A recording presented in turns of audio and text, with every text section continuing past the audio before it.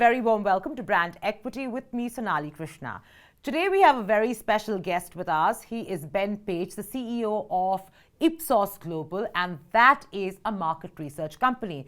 It's one of the leading market research companies in the world that focuses on markets, people, and society. So who better than Ben to give me answers to this very unusual and strange times that the world is going through. Thank you so much, Ben. Truly a pleasure having you here. And welcome to Mumbai. I believe it's your first time. It's great. Well, it's my second time in India, but it's great to be here. I mean, it's a brilliant, amazing country. It is definitely an interesting and confusing country, Absolutely. I would say, at different levels. But having said that, what are your first impressions of physically being present? You've read a lot of data about us. Sure. I think it's just the thing that you have to see is just the scale, the chaos, frankly, particularly in the public realm, but the scale, diversity, and energy of the country, and that's something that's really notable to somebody from boring old Western Europe. That's true. It is definitely chaotic and very colorful. But before I dive into India and India's specificities, let me just draw out and talk to you about the macro picture of what the world is going through. One word. Go for it. Inflation. So for the last 14 months, the number one issue globally has been inflation, and it just keeps rising. I mean, India actually is one of the few places, along with other parts of Asia, where it's less of an issue. But for much of North America, Latin America, Europe, inflation after the COVID pandemic is now this issue that is particularly driven by the war in Ukraine, which has accelerated some of the things that were already there before. Has upended everybody, and very few people seem to make predictions that were right about exactly how high inflation would go. Great. So I'm going to ask you the tough question right away. Sure. After speaking to several, global heads and even Indian CEOs, I think it's their job to be optimistic, right? Yes. So they will not really give you the entire bleak truth. Our business is about trying to be as objective as possible. Absolutely. But the near future is knowable. So we can tell you with great accuracy what will happen on Thursday, on a Tuesday. What will happen in 12 months' time, that's where, if we're honest, and one of our businesses is actually about foresight and predicting the future, one needs to be much more humble about our ability. And there are so many great experts, brilliant people, very rich people who were completely wrong. They didn't expect the pandemic, or if they did, they hadn't prepared. And then the inflation that has happened afterwards, they were unprepared for that as well. So we need to be a bit humble about the future, but at the same time optimistic, because actually humanity has a way of, has got through worse things than the problems we face at the moment. Got it. But having said that, everybody talks about the future being bright. However, very few CEOs actually say it as it is, which is that it looks like the world economy is, in choppy waters. Well, it is. It's slowing down. And by November, yes, right, it looks like we will be in a recession. Do you think that's actually accurate, or? Well, I think certainly some markets are very likely to be in recession. So the UK, possibly America, depending on the definitions. But I mean, overall, the world will probably continue. We're not in a global recession in the sense of the entire global economy going into reverse. We're likely just to see slower overall average growth in the next year or two. And recessions in some countries, the UK, for example, has a particular set of challenges. So there will be some recessions, growth will be lower, consumers will probably have less money to spend in many markets, but not all. And Asia, parts of Asia, and actually, in fact, India, it may be a rather different pattern. When we print reports these days, when we actually print reports, because some people still like physical reading, one of the things we often do is say, we're going to print this report this way up, and if you're in Paris, London, and New York, read it this way, and we actually print it, the other half of the report, the other way up. And if you're in Jakarta, New Delhi, Mumbai, Shanghai, read it this way, because actually the view of the world is so different. And Asia remains far more optimistic about the future than the West. The West is pessimistic, it is nostalgic, whereas if you take somewhere like China, despite all of its problems with COVID and how it's approaching that and the effect on the economy, China and many other Asian countries, including India, the future is bright and much more positive than the past. Yeah, so could you explain to me why? Because this whole optimism radar, Yeah. especially on Asia, has been the narrative for over a decade now. But it's basically You know. raw. It's partly demographics, and very simply, the economic centre of the world, which used to be somewhere in the mid-Atlantic, has been moving to the south and east of the world for the last 30 or 40 years. The number of people in this, that you can draw the circle on the map of where a large part of the world's population lives, and of course it's in Asia. You've got young populations, people being lifted, billions of people being lifted out of poverty, huge challenges, but nevertheless people can see growth, and they've seen growth in their own lives. I think what you have to remember, and of course most people watching this will be people who have travelled all over the world, but if you're European or particularly live in certain parts of North America, instead of the future being bright, the future this century or the recent past this century has been about a lack of growth. All the opportunities that you thought you would have in the period that you saw in the period after the end of the Second World War have not arrived. I'm English, as you may have gathered, and in my own country, for example, at the beginning of this century, only 1 person in 10 expected their children to end up poorer than them.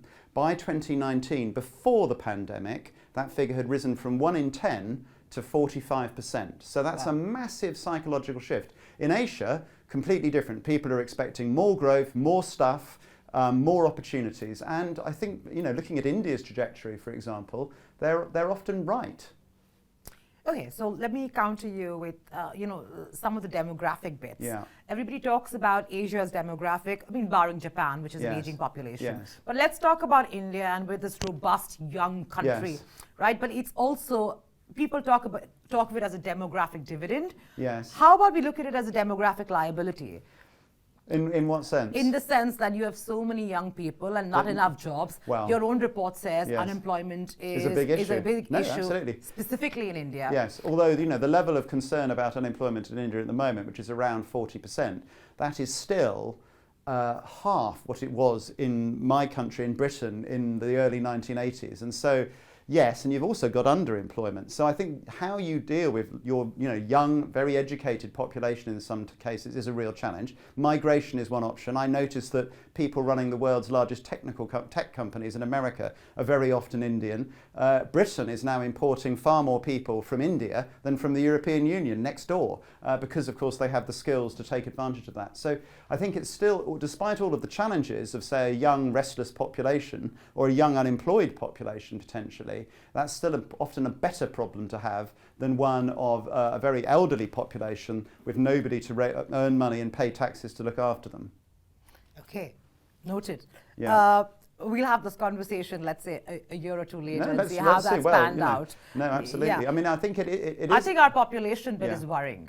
Sure. Well, clearly it's a challenge. I mean, I think, but we still think that eventually, and if you read my colleague Daryl Bricker's book, Empty Planet, actually it will only be Africa by the middle of the century that is actually in growth. China is already shrinking as an aging population, and India is going to follow China's trajectory. Yeah? Yeah. Okay. Have a look. Empty Planet, Daryl Okay. Bricker, great book. I don't even get paid for selling that. Okay. Let me just, before I go into the other issues the world Yeah. is facing, I want to talk to you about this concept, which is your concept, which is cognitive polyphagia. Cognitive polyphagia, one of my favourite things. Yes. So this is essentially people's ability to hold conflicting ideas about the same thing at the same time, but not to experience cognitive dissonance. So it would be as though you had an affair, but you didn't feel at all guilty when you went home to your partner, and you just carried on and felt absolutely fine about it. And so people will say that they're very worried about the climate change. They're worried that it's going to lead to nowhere to live and irreversible temperature change, etc. And yet, when we ask them, "Do you plan to fly more or less in future?" they say, "Oh, more." And they're able to, and there are all sorts of reasons for that. But you can see my podcast about it. I have actually. But I think it explains that at different times, 42% of people on this planet say they want to lose weight. At the same time, they're still happily eating ice cream, chocolate, not exercising enough, because they hold those things simultaneously. So it's a way of understanding people's complexity. We don't, we all have good intentions, but we don't always follow them all the time, and there are lots of good reasons for that. So we're able to simultaneously love chocolate and constantly worry about needing to lose weight or whatever it is. Worry about climate change, but not act. So let me extrapolate that concept onto, let's say, governments and brands, right? Large corporations. Yeah. And more today, corporations, at least at public forums, seem to sound like NGOs. Everybody has a big purpose. They're only doing good. It seems like there are only heroes in this world, right? And I find that very interesting because everybody is spouting purpose and larger value systems, forgetting the brass tacks that is business. Sure. But actually, when you go to see their activities, it's kind of contra. Sure. And I noticed that, at Ipsos, you have also, as one of your current trends, brought about brand purpose. Absolutely. So my question is two-pronged. One is, should brands be they're not very authentic when they're talking about doing good. Right. So should they just stick to doing business and doing business well and stop pretending wearing this, this cape of an angel when they're not? Well, I think you need to be realistic. So the first thing is you can't say one thing and do another thing because then you will be in trouble. But people do say increasingly during and it's after the pandemic, and I think the pandemic often focused people in many countries on who is really helping here and wanting business to step up and be counted. So there's more and more people who say they want a CEO like me to stand up and speak out on social issues. There's more and more people who say they want to buy from brands that reflect their values. That's a very clear global trend. Yet at the same time, when they're in a supermarket or buying something in a shop, they mostly still buy the one that, as far as they're concerned, is best value for money, not the one that is actually most ethical. There's only a small minority of people who are going to actually pay a lot more. But nevertheless, I think it's true to say that expectations of business have risen. So, not polluting, not abusing child labour, all of this sort of thing. The expectations there have risen, but it's just become, this is the new normal that is expected. So business does have more responsibilities. And I think it can really work for a brand to take an issue and make it their own. But you have to be absolutely prepared to take the rough with the smooth and make sure there are no skeletons in your closet, because if there are, they're sure as hell coming out if you're going to go and say one thing and do something else. But do you think, for instance, you answer the question, which is my second, that do consumers really care? They state they care.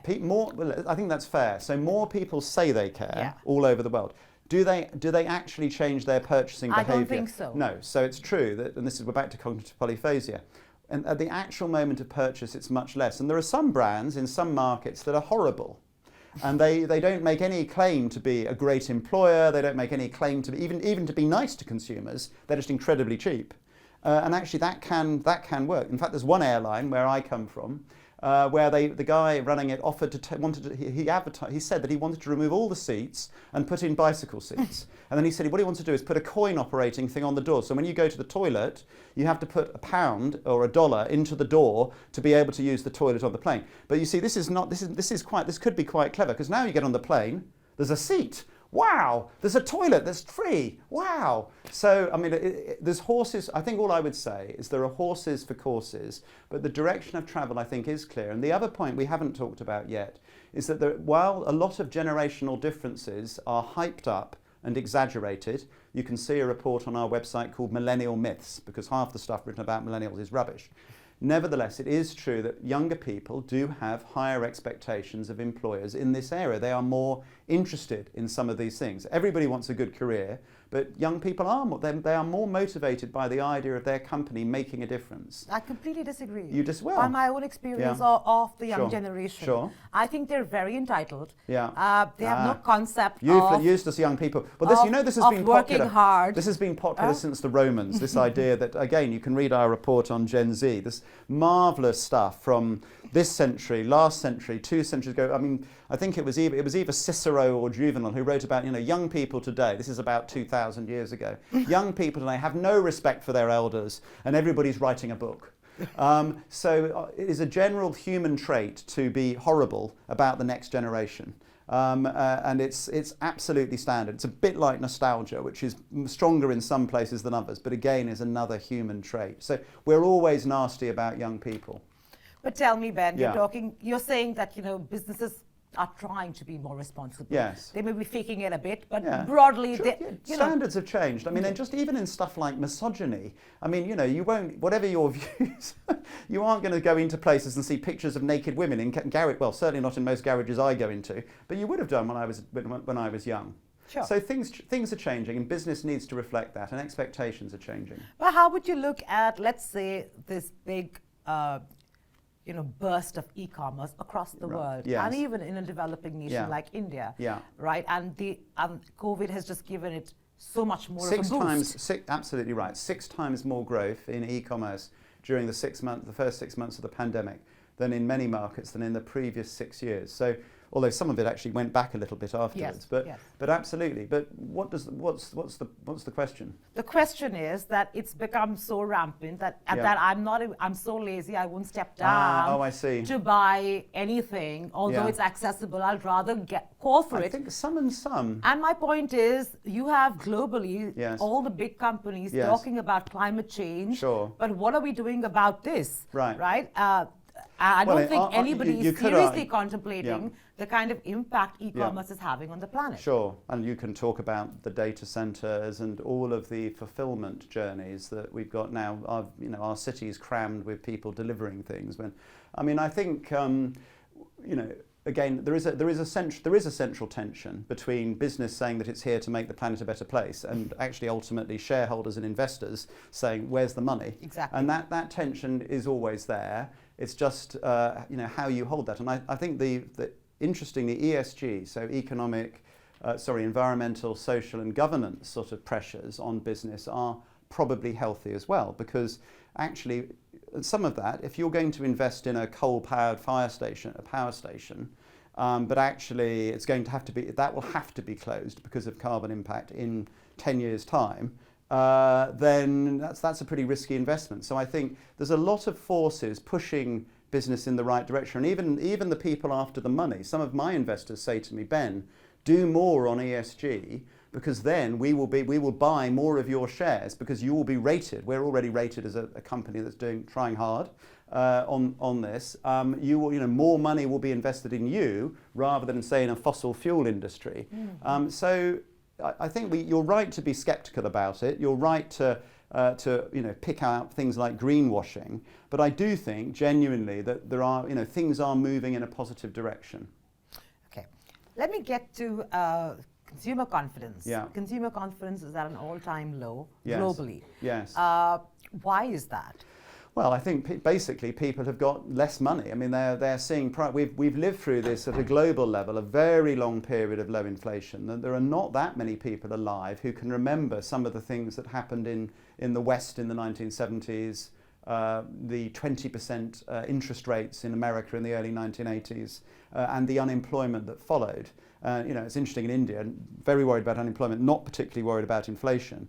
But everywhere else... Oh, we're very worried about inflation. Are you? Yeah. Well, the consumers as a whole, a bit less worried. You feel that? Yeah, well, that's what the data suggests. Okay. But overall, yes, globally, there's less money around. People, I think the other challenge is, and the work that we do for the central banks, like Christine Lagarde, at the ECB, what that shows is that consumers' expectations on inflation are still behind, have been consistently behind what has actually happened. So late last year, they thought inflation might get to, in some markets 5%, and it's got to 10%. It will feed through in different ways for different people, depending on how much of your income you spend on heating, fuel, petrol, etc. But it is a real issue, and I think so. We will see a slowdown. Will we see something like the aftermath of the global financial crisis? Yeah. Touch wood. I hope not. And we probably shouldn't, but there is certainly an adjustment, and we are, the world economy has ways of surprising experts all the time. So we've now got, we had incredibly high debts. Previously, inflation was very low. We were able to pay those debts. We've now got in many countries incredibly high debts and inflation, which is of course increasing the cost of servicing those debts. Sure. So we are likely to see a squeeze. I think that's, and we've already seen a lot of activism from governments during COVID to try and stop the economy crashing then in the same way that they had to do in 2008. So we may be, are we running out of road? Are we even at a pivot point? have we? Well, we don't. The challenge with pivot points is we're all too close to the trees to see the forest. So we will only probably know about it in retrospect. You might say that there was this long period after World War II where the returns of money to workers and to capital increasingly went to workers. Workers did better. Since the 1980s in the United States, more recently in Europe, asset owners, people who own shares, buildings, companies, have tended to get a bigger part of the economy, and the returns to workers have been lower. Now we're into a really dramatic situation. Will we see something crack? We'll find out. We just don't know, but it does look like the system is under strain. And do you see a whole overhauling of the entire industry, the corporate world globally, just because of the fact that people, if the consumer confidence is low, people are getting less monies, they're going to spend less, they're going to be more wary, so we're not going to have this awesome growth we've all been desiring for. I think some of the very frothy businesses, some of these businesses who'll bring you your lunch or a pen in 5 minutes, all of that, that age of consumer convenience where these businesses weren't profitable, they were burning investor cash on the basis of some future amazing achievements, that's going to go. So the world may become, actually for many wealthier people both in India and elsewhere, a bit more expensive, and some of those things we took for granted will turn out to no longer be available. That isn't necessarily a bad thing, and I think we shouldn't talk ourselves into a sort of slump. Okay. So we may have a slowdown in the economy. People are still buying things. Air travel is booming. People are, But don't you think that's like it's just a rebound? It's essentially we've engaged. Yeah, we've re-engaged after, in many countries you've seen, of course, a V-shaped recovery. But I think there are some underlying factors that are really challenging. So one is real wage growth, which in many countries has not kept up with people's expectations on living standards, and no way are wage settlements keeping up with inflation. So something will have to give. Hopefully, Jerome Powell at the Federal Reserve, he was saying last year that inflation is transitory. He's now saying he will do whatever it takes. But either way, what I do hope, and I can't see in the data yet, is what's called a wage price spiral, where people now know that when they talk to their boss about their pay rise this year, it's got to be 10%, because otherwise it's or they're going on strike. At the moment, wages aren't keeping up with prices. If the price rises are hopefully temporary, and maybe oil and gas will go back down because Europe will learn to live with less gas from Russia, etc. Potentially, maybe it is still a transitory period. If it's not, if we're in a permanently high inflation world, then in a sense, all bets are off. And if I knew the answer to that, I wouldn't be sitting here. That's true. But I don't think we should be.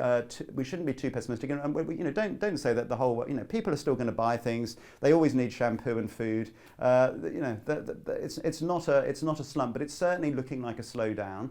And I think one needs to. But there will be some markets, and India might be one of them actually, that will be less severely affected than others.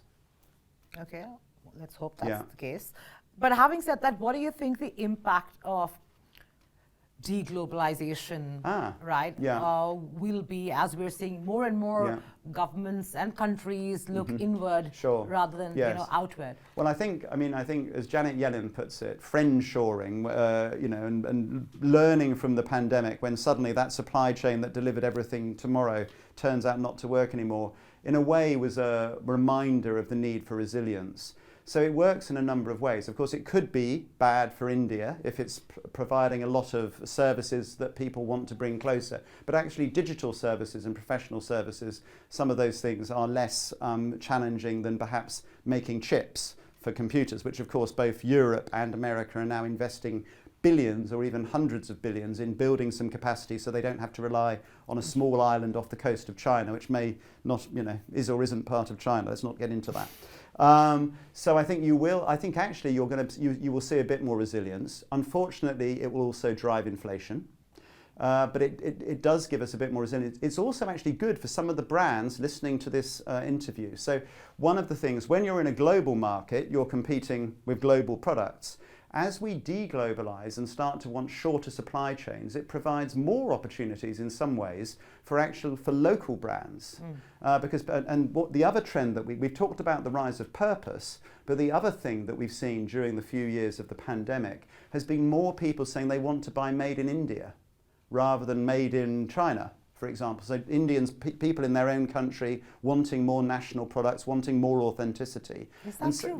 Yes. So people all over the world became sort of proud of how their country dealt with the pandemic. And they wondered, why am I waiting weeks for this thing to come from there? Why don't we make it here? So and we've seen there are brands in regional brands may become more important than just single global brands sweeping over everybody. Sure. So it could actually provide opportunities. But it will probably increase inflation. And the other thing we haven't talked about yet is climate change. That has another inflationary effect that the infrastructure that we need to build to decarbonise the economy, things like travel. Again, it takes up, there's a huge amount of investment into that, probably needed to save the planet. Again, it will be inflationary. So there are lots of rocks in the way, but I'm still an optimist. Oh, Ben, maybe all chief execs are. Yeah.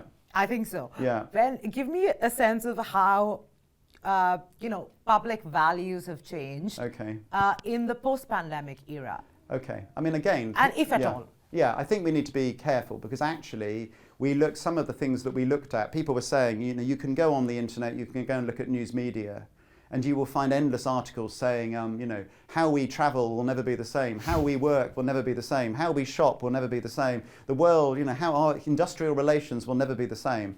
And actually, if you look at people's fundamental values, success in life is about achieving great things in your job. Look at the data in the 1990s, look at the data now. It's about 1 person in 3 who thinks that work is going to make you really happy.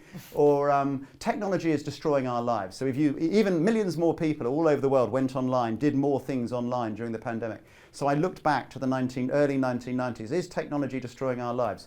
Identical.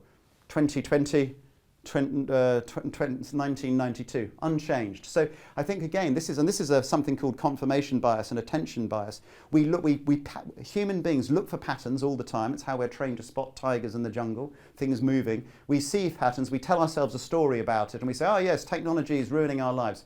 We haven't changed our views at all. Data privacy. People are as worried about data privacy in the age of the internet as they were before the internet. It's just that we weren't paying a lot of attention to data privacy back in the early 1990s. And now, of course, we know that our every move could be tracked every second. So I think overall, really, we haven't seen a fundamental shift. The biggest thing, the taboo against remote working. For most knowledge workers around the world, and I employ 19,000 people globally, that taboo that we had, and I was part of it as well, before the pandemic, about the idea that you have to be in the office 5 days a week, that has been blown out of the water. Who wants to commute for an hour and a half or 2 hours in Mumbai traffic, unproductive time, get there, sit with some people you may or may not like or talk to that much, and then go back in the traffic for another 2 hours? Crazy. So we need to reinvent offices for what they're great at, which is culture, serendipity, training, meeting people in real life, and then work out a new settlement. So I think to me, that's some of the biggest shift in the pandemic. Do you see, at least reports globally, including India, talks about when companies are hard about the fact that they need to come back to their regular, work zones as it was pre-pandemic. There is a kind of a revolt, even mass resignations to protest coming back to work full time. It's a bit exaggerated, the Great Resignation. So it's present in some markets, but if you look at the global average, actually, job churn globally, roughly hasn't really shifted that much. There are parts of India where it's very high, etc. But I think we do need people in offices sometimes. We do need people as teams, and it's different being a team on a Zoom call than it is being a team sitting in an office together. End of. But I think and so you see bosses in my company, in some of our countries, we're saying a minimum of 2 days. Some people are complaining, 2 days, I can remember actually once, just after the pandemic, I said, right, we're all coming back in on Wednesday. And, it used to be 5 days. And so I said, Ben, I'm exhausted. I can't believe you're asking me now to come in for 2 days. 1 day. So I think bosses do need to demand people come in 1, 2, 3 days, probably not 5. Got it. Yeah. Okay. Another thing I'd like to talk to you about is the fact that you talk about critical trends, and that is people expect more and more businesses to take a stance. Yes. Right? That's tricky. We've is. seen several examples globally. Some have been brilliant, Yeah. who've stood their ground, Yes. and some have been a bit wishy-washy. Well, the Disney example over homosexuality was an interesting one. I think this is my point. We advise a lot of businesses on corporate reputation. So, if you're going to take a stand, be very, very aware of the implications. Prepare your people, and be consistent. The worst thing is to sort of stand up and say something and then have to retreat. 24 hours, go back on TV and say, I didn't really mean that. So I think, and a lot of people are quite cautious about it, because where we have polarized politics, half your customers are going to be cheering and the other half will be saying they'll never use your products again. So you do need to do your research, speaking as a CEO of a research company, before you decide to take a stand. But on the other hand, it can really motivate people. And people want to be identified with something that's bigger than themselves. And working for a company that just says our job is to make lots of money for shareholders can be less motivating than believing that you're part of a company that's trying to achieve change. We've seen some really brilliant examples. For instance, I think the one that stands out is also the Nike example globally, where they stood there, their stock prices crashed, but we saw it come back and how. Yes. So we've seen brands like that which have shown a lot of bravado. Yeah. But we've seen instances, especially now that you mentioned that we're living in an exceedingly polarized world. Yeah. India too is very polarized now. Yes. And also the advent of Twitter and just the kind of negativity well, and the noise. You need to. I mean, I think Twitter. I love Twitter, but you do need to keep it in proportion. And I think it's a bit like if you're an author, you probably shouldn't read all your reviews. So there are ways we can help people monitor those things. But no, you need to be prepared. So if you're going to do it. I think it's easy to be swept up in something that seems to be popular and you want to get involved in something because everybody says the same thing. But I think generally people, in my experience actually, most businesses are pretty cautious about... Which is my question. Yeah. We've seen several examples in India where brands have got into a lot of trouble for actually something very nice. No great benefit, no. And they made a bold ad, yes, right? And okay. it was more inclusive, and some people felt it was, we're more polarized now. So right. you make a big ruckus, and then it just kind of trends, and we're back to making sure that if you're going to, you've thought through, if you're going to run that ad because it's very exciting and people, it gets a lot of attention, but it's also antagonizing half the population. Then are you going to carry through? And I've had a few issues of this myself. I decided on the abortion issue in the United States that we believe in the women's right to choose, and I told my country manager in America that we will support female employees who need to travel if it's illegal to have an abortion in the state that they live in. Sure. And of course the right-wing Christian people who I employ, and we're a diverse company, your soul is, I'm blessing your soul because you're going to hell now because obviously I let people talk to me as a very open company, so thousands of people talk to me all the time, but no, I'm upsetting them, but frankly that's who we are. We are a proud French-owned company run by a British guy. We're Indian in India, we're Chinese in China, but overall we respect all local laws and culture, but we believe in fairly progressive values, liberty, equality, fraternity, the woman's right to choose, and we are not going to compromise on that. So everybody be clear what your bottom line is, and then don't move on it. Which is my question. Yeah. Is it a company's business to take up a social issue? I think not necessarily, but I think if it affects the people that you employ and the communities that you're in, then yes. And we're involved in all sorts of issues in different parts of the world that matter to the people who work for us. And we believe that actually business can make a positive difference in the world. In fact, business does make a positive difference in the world. So we can talk about whether ultimately business is here to make money. Let's not be funny. However, at the same time, and actually 7 out of 10 people globally agree with this, business can also make a positive difference. And so we spend hundreds of thousands on helping charities that look after refugee children, deprived kids' education all over the world. Our people raise money for that as well. We also, in different countries, get involved in other issues around you know, I don't know, gender equality, sexual equality, etc., where it matters to the people who work there. But there is an underlying set of values about who we are and why we do it.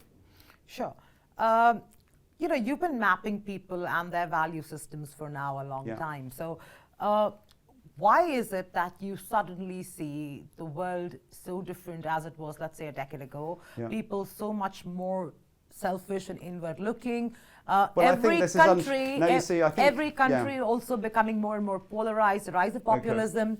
You know, do you feel like we have actually progressed as a society? Well, I still think, I did history before I became a market researcher. So overall, it is still much better in 2022 to be female or black or gay on this planet than in 1972. You can, there might be individual places where it would be less good, but overall, look at the billions who have been lifted out of poverty by globalisation. There are bad things about globalisation, felt in some parts of the world. We've also damaged the global ecosystem as we expanded trade all over the world. But overall, there are more people who are freer and happier now, today, than 50 years ago. Yes, we're more scrappy. Yes, we have social media, which actually lets us see more stuff.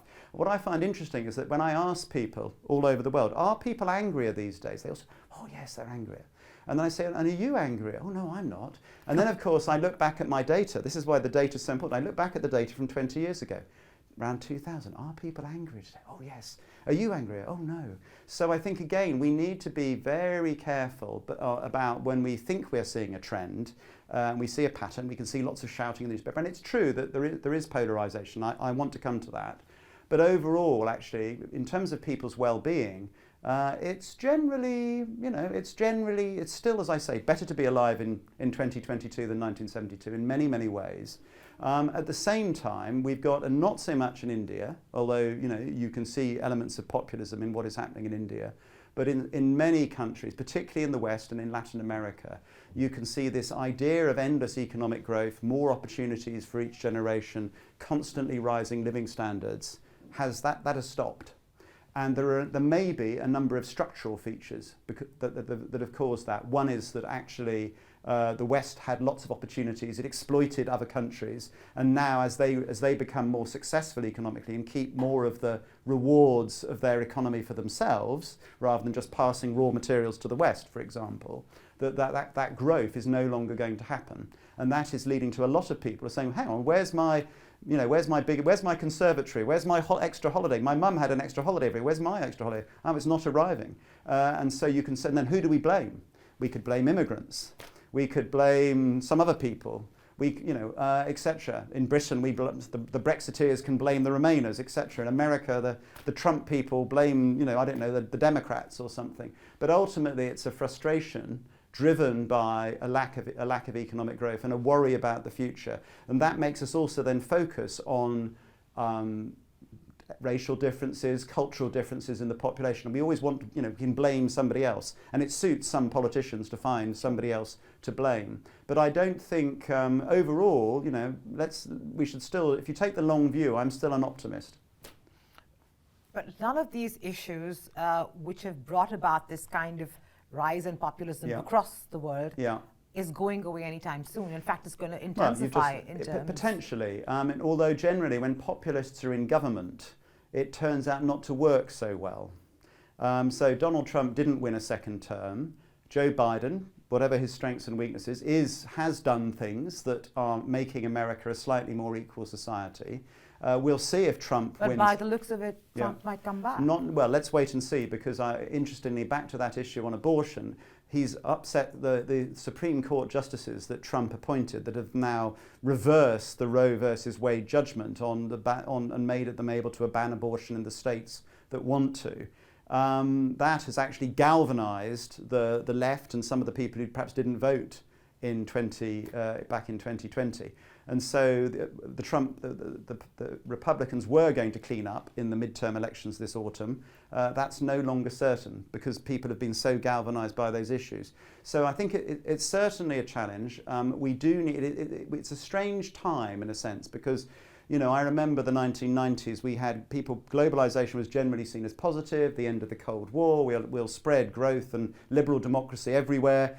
20 years later, people are feeling rather less generous about things, worried about the consequences of that. We want now politicians to protect us from Chinese steel imports, protect us from immigrants, etc., etc. So we are in uncertain times.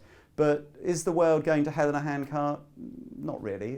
Things have changed much less than we might think. Thank you so much, Ben. Truly lovely insights, and I'm hoping all my viewers take a lot and go back home. Thank you so much. Thank you.